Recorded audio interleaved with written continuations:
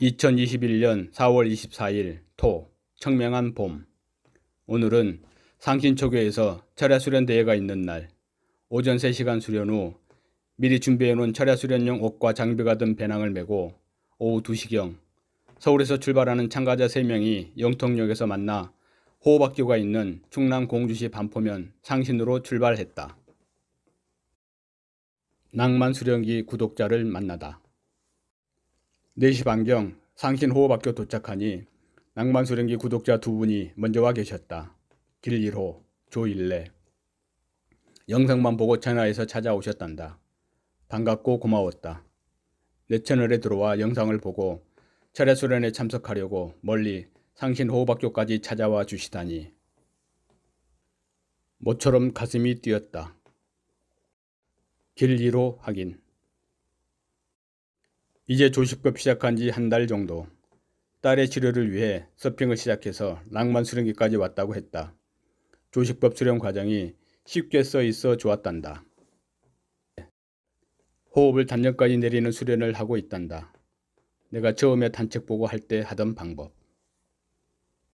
유기가 되면 명치의 기운이 모이고 명치에서 불편함, 거북함, 소화부진 등등 나오게 된다. 속이 거북하지만 공부 잘 되고 있는 상황이다. 호흡 순하게, 정밀하게 하면 단전까지 펑 소리와 함께 길이 난다. 그렇게 길을 열어가면 호흡 길이가 늘어난다. 계속 유기하면 된다. 영상 4편 추학자의 단전까지 길내기 참고하면 된다. 이분은 앞으로 수련하게 되면 먼저 만나게 되는 게 단전개통 경험일 것 같아 설명을 자세하게 해주었다. 얼마 만에 해보는 수련문답이었던가. 경험을 전달한다는 게 이리 가슴이 뛰는 일이었구나. 조일래 확인. 호린이 수련의 정석.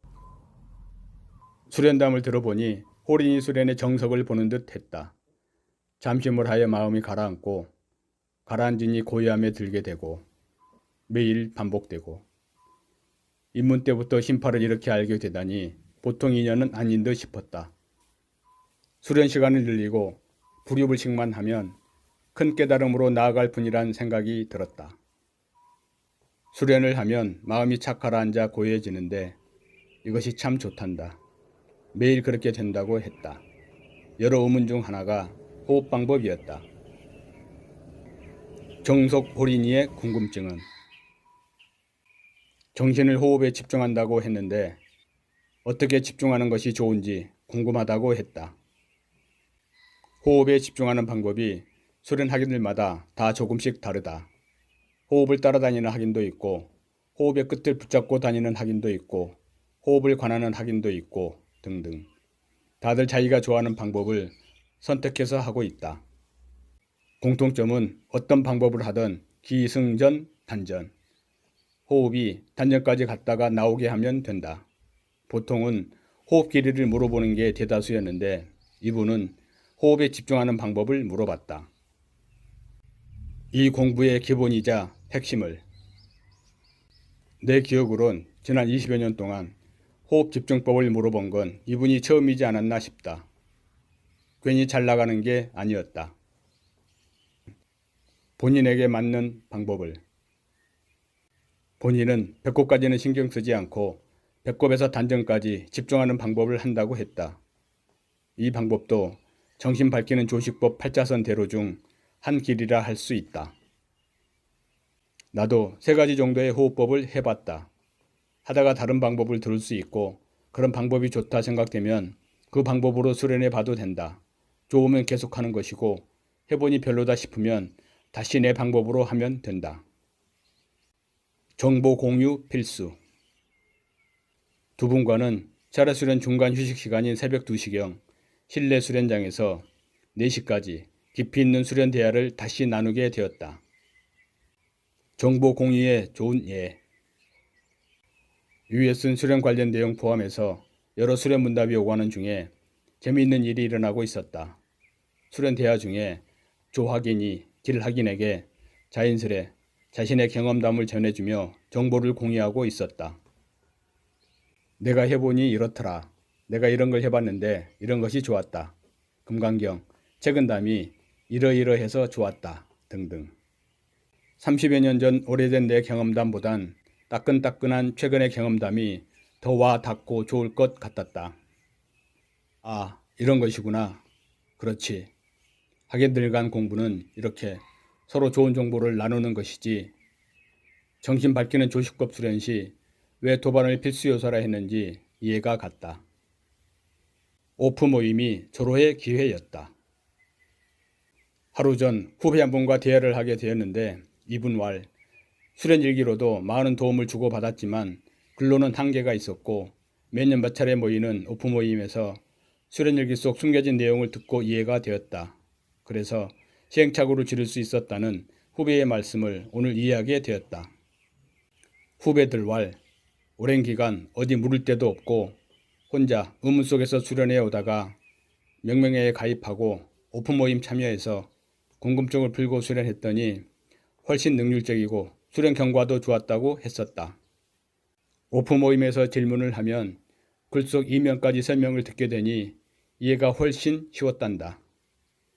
특히 수련 부작용으로 고생하다 인터넷 서핑에서 들어온 분들도 있었는데 이분들이 수련 부작용을 해소하고 진도 잘 나가는 것을 지켜보는 것도 좋았다. 수련 문답은 오프 모임에서. 수련 학인들은 이런 수련 대회가 있으면 참여하고 직접 만나서 궁금증을 해결하면 좋겠다는 생각이 들었다. 상신호흡학교는 이런 분들에게 항상 문호가 열려 있고 와서 질문하시면 아는 범위 내에서 성심껏 이야기해 드릴 것이고 대화 중에 비슷한 학인들 간에도 자연스레 정보 공유가 되니 이렇게 하면 시행착오 거치지 않고 분풀 잘하듯 진도 쑥쑥 나갈 수 있다고 본다. 이렇게 학인들 간 수련 정보 공유가 정말 중요하다. 정신 밝히는 조식법 수련 관련해서 30년 전과는 달리 지금은 홀인이들에게 도움을 줄 수 있는 선배들이 있으니 찾아오셔서 적극 활용하시어 일취월장 하시길 빈다. 입문기 수련담을 나누다. 식사를 마치고 다시 대강당으로 모였다. 사무장님의 진행하에 참여하신 분들 한 분 한 분의 수련담과 입문기를 들었다. 첫 주자는 낭만수련기 구독자로 이번 수련대회에 1등으로 참여해 주신 길리로 학인이었다. 딸의 치료를 위해 시작한 인터넷 서핑이 돌고 돌아 낭만수련기까지 들어오게 되었고 수련기를 보고 참여하게 되었단다. 이어서 낭만 구독자 조일레 학인으로 해서 대전지부 학인들, 명명회 학인들, 계룡지부 학인들 순으로 입문기와 수련담 발표를 마쳤다. 다들 본인만의 간절함이 있었고 구도의 길을 멈추지 않고 지금까지 이어온 의지와 실천에 깊은 감동을 받았다. 홍태수 씨의 단책을 읽고 따라하다 상기증이 생겨 오랜 기간 고생했던 손예론 학인이 순환호흡으로 상기증을 사라지게 했다는 경험담이 마음을 울렸다. 비슷한 고통을 겪은 경험자로서의 동병상련이었다고나 할까. 밤 11시경 대망의 철야 수련에 들어갔다. 운동장엔 2m 이상 거리를 두고 강화 스티로폴로 제작된 야유형 방석이 20개 깔려 있었다. 바로 총무님이 직접 제작한 3개 방석. 앉으면 3개 예약된다는 그 방석이었다. 한기와 세 번째 사투. 철야 수련이 시작되고 나는 영상 촬영을 하고 유튜브 실시간 중계를 하려고 준비를 했는데 자격 미달로 할 수가 없었다. 그래서 수련 장면 녹화만 하는 것으로 하고 삼각대에 핸드폰 설치해서 녹화 시작하고 3개 방석에 앉아 수련을 시작했다. 계속 움직이다 보니 살짝 더워서 이 정도면 준비한 옷을 다 안 입어도 될 것 같아 얇은 파카만 걸치고 수련에 임했다. 그러나 그것은 나의 오판이었음을 아는데 5분도 걸리지 않았다. 당시 내가 입은 것은 단촐했다. 반팔티에 여름용 조끼, 봄용 헛잠바에 초겨울용 얇은 파카만 입은 상태였다. 한기가 바로 침투를 했는데 바로 등 쪽이었다. 내가 가장 취약한 곳이 등인데 한기도 내가 가장 취약한 등 쪽을 공격하고 있었다. 어쩔까? 다시 일어나 다 입고 시작할까? 고민하기 시작했는데 뱃속에서 이상현상이 일어났다. 아랫배에서 강한 열기가 저절로 발생하더니 바로 상처로 퍼져나가는 것이었다. 평소엔 은은하게 있는지 없는지 모르게 있었는데 한기가 침투하자 내 의지와는 상관없이 바로 열기로 화하며 등에서 침투하는 한기를 막아주었다.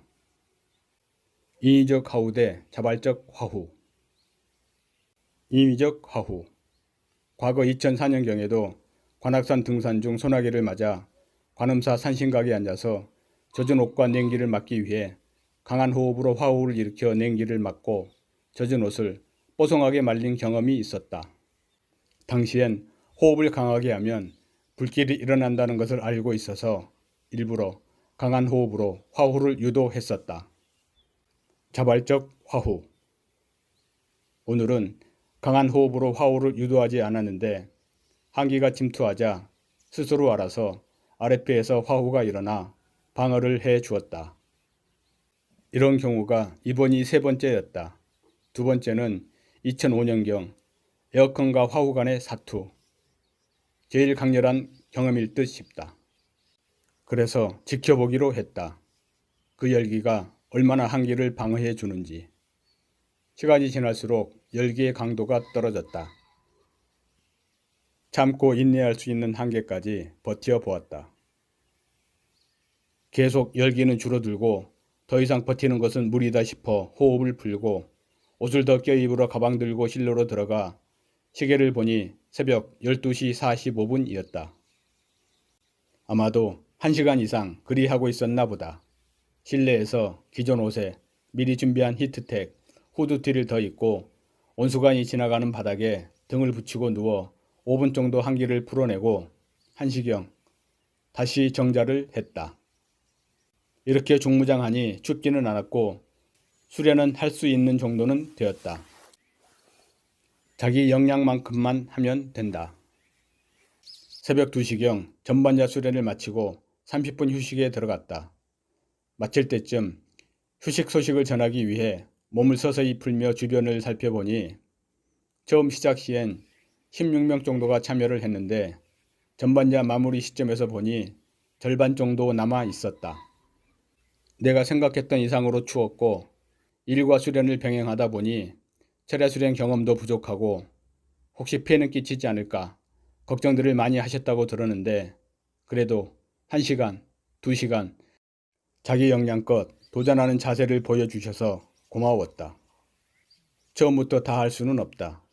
일과 수련을 부리불식으로 하다 보면 내성이 생기고 쌓인 맑은 기운이 길을 열어가면 자연스레 버티는 힘도 생겨 철야 수련도 자연스럽게 하게 될 것이라 믿는다. 지금은 자기가 할 수 있는 만큼만 참여하면 된다고 본다.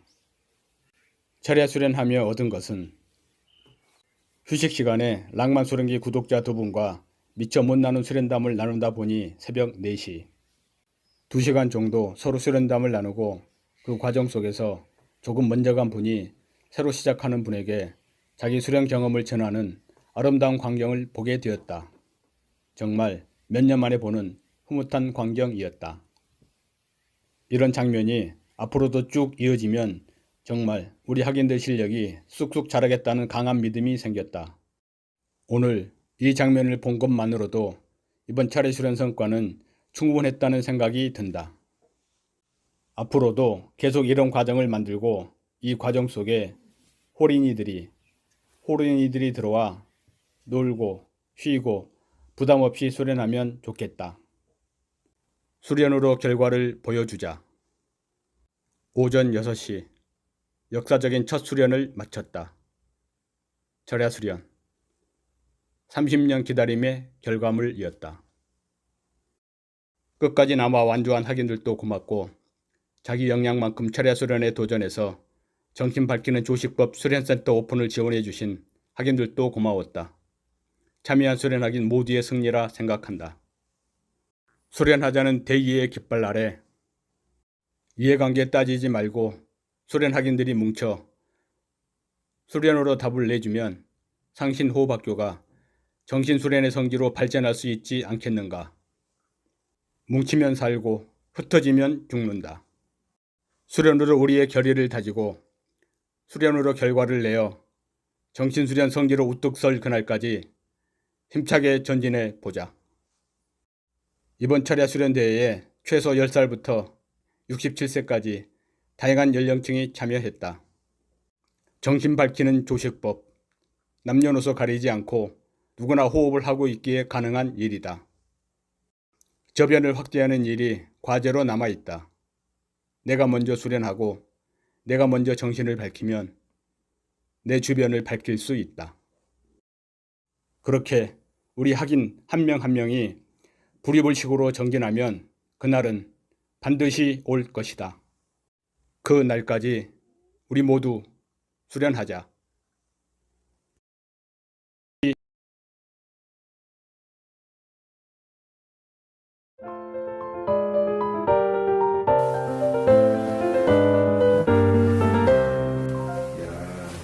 그래서 이게 다리를 좀 뻗게끔 하려고 좀 손만 나와서 주변 정리하고 여기 달렸네. 추위를 타니까 무릎이거든요. 이 무릎을 하게끔 아니면 안으로 접어서 이렇게 하게끔.